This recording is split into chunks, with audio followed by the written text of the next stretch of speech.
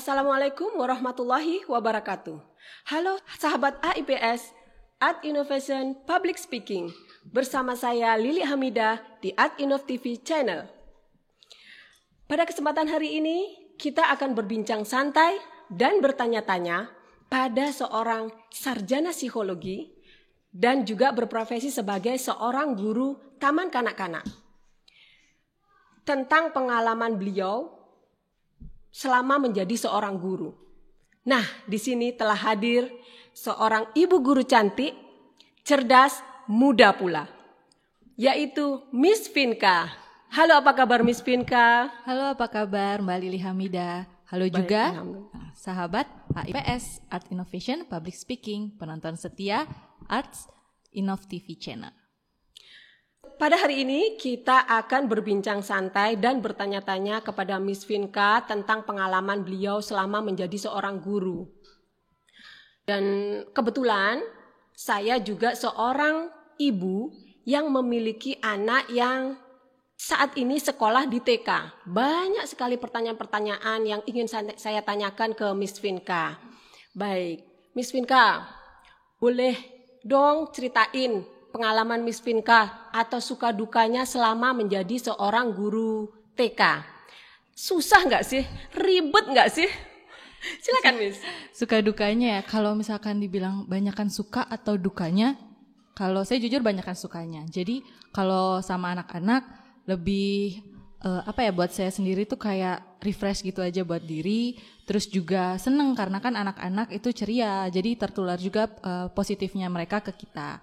Kalau dibilang duka, mungkin karena ini sih kalau sehubungan dengan yang terjadi sekarang nih kayak kita pembelajaran daring, itu bisa saya kategorikan sebagai dukanya. Karena buat saya itu sebenarnya mengajar tatap muka itu, buat saya pribadi lebih senang karena kan ketemu anak-anak langsung, kita berinteraksi sama mereka, dan juga kalau pembelajaran daring ini di satu sisi tidak hanya merugikan orang tua di rumah, yang harus ngajarin anak-anaknya, juga handphonenya mungkin dipakai atau apa, guru kendala juga kendala sinyal juga, kuota misalkan gitu. Guru juga sebenarnya, jadi tidak hanya orang tua, guru juga kita harus menyiapkan materi, kita harus mikirin terus bagaimana sih caranya, apalagi buat anak TK itu kita mikirin materi apa sih yang menarik buat mereka, jadi sehari-harinya mereka belajar di rumah itu nggak bosen. Dan juga kita ngajarin perlu belajar juga sih untuk ngedit video. Nah itu yang paling penting sekarang karena kan sesuai perkembangan sama teknologi juga kita harus ngikutin, gak cuman kayak itu aja pembelajarannya, ngedit video itu juga perlu. Jadi kita sama-sama belajar, pembelajaran di daring ini kita sama-sama belajar semuanya, orang tua dan juga guru gitu.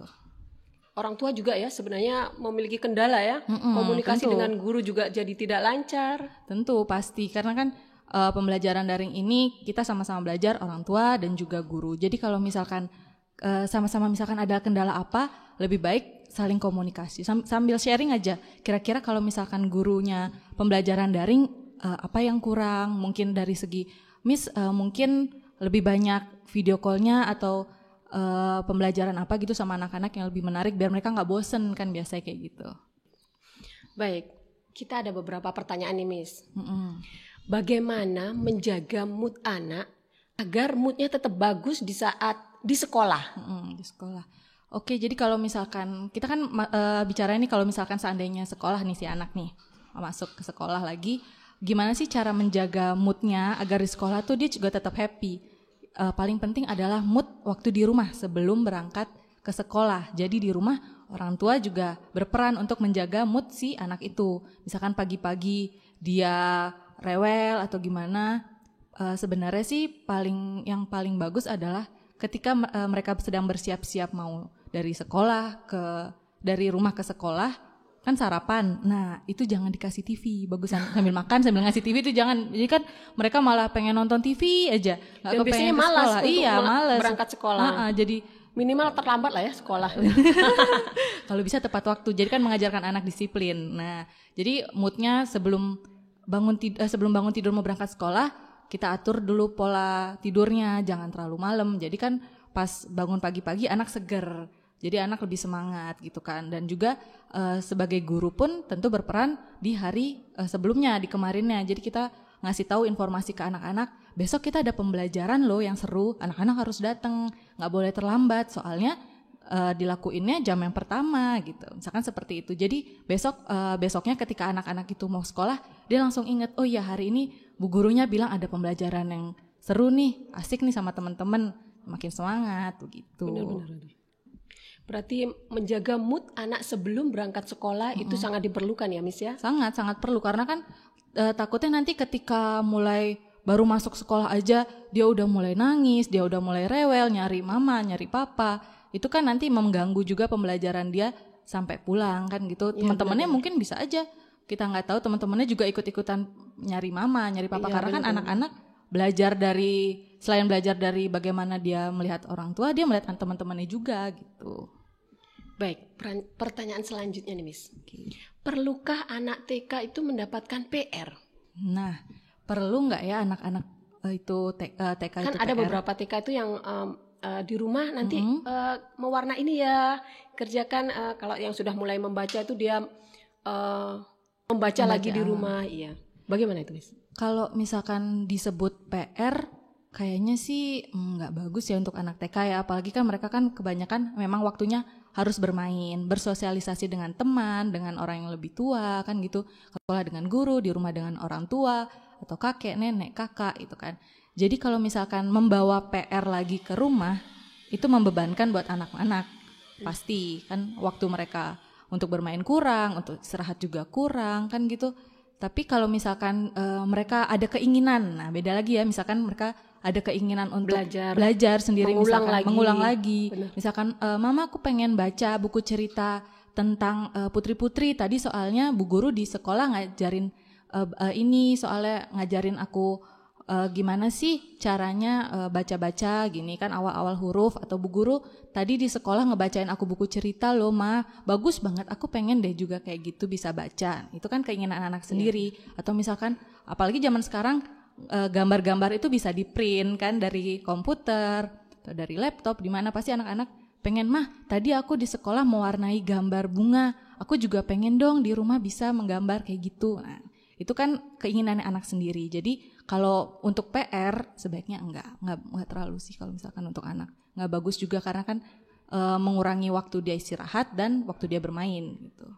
Berarti kalau anak itu menginginkan belajar, kita ikutin. Kalau tidak, jadi jangan dipaksakan. Jangan dipaksa, ya? Biarin aja. Jadi benar-benar karena keinginannya dia sendiri. Baik. Pertanyaan terakhir nih. Oke. Umur yang ideal untuk anak masuk TK. Kan rata-rata nih anak-anak ada yang, aduh anakku udah 4 tahun, anakku sudah 5 tahun, ini harusnya ke A atau yang ke kelas TKA atau TKB ya. Jadi umur idealnya tuh umur berapa sih, Miss? Untuk idealnya sendiri ya, kalau misalkan ada kan sekolah negeri yang mencari umur 7 tahun harus sudah kelas 1, minimal lah 7 tahun iya. Atau paling kecil aja umurnya 6,5 ke atas, 6,8, 6,9 kan gitu. Jadi kalau misalkan dibilang idealnya, memang sih 5,5 itu ideal. Nah 5,5 itu ideal, jadi nanti ketika 5,5 atau 5 tahun aja yang paling kecil 5 tahun untuk TKA. Jadi kan untuk ke TKB-nya dia 6, nanti waktu naiknya bisa 6,5 atau 6,6 lah paling ini. Tapi kalau misalkan orang tua kan merasa anakku 4 tahun kayaknya bisa deh masuk TKA, ya itu sebenarnya sah-sah aja kan, karena orang tua pengennya anak dari awal sudah belajar, sudah di sekolah, bersosialisasi dengan teman. Jadi ketika nanti dia masuk SD nggak kaget. Cuma gimana pinter-pinternya aja orang tua mensiasati nih supaya si anak itu nanti nggak bosen pas di sekolah. Jadi mungkin bisa aja jangan 4 tahun pas, misalkan 4 tahun lebih 9 bulan, lebih 11 atau mendekati 5. Nah itu jadi kan nanti ketika dia nanti setelah selesai TKB dia mau ke SD, dia nggak terbebani oleh belajar terus nih, belajar lagi, apalagi masuk SD katanya susah belajarnya. Jadi lebih disiasati aja. Paling ya kalau saran saya ya minimal 5 tahun. Baik, seru sekali ya perbincangan kita pada hari ini. Baik, berakhir sudah bincang-bincang santai kita pada hari ini.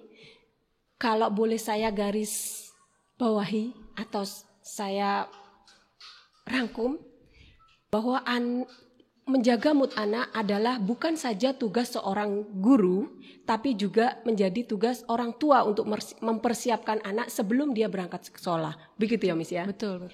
Kemudian umur anak itu siap atau tidak, itu yang lebih mengetahui adalah orang tuanya. Orang tua yang lebih mengenali anak ini siap atau tidak masuk ke TK sesuai umur. Kadang-kadang ada anak yang umurnya lebih kecil ternyata dia sudah lebih berani, ada yang belum, itu tergantung itu. Baik, berakhir sudah perbincangan kita hari ini. Bertemu lagi bersama saya di AIPS Art Innovation Public Speaking minggu depan. Wassalamualaikum warahmatullahi wabarakatuh.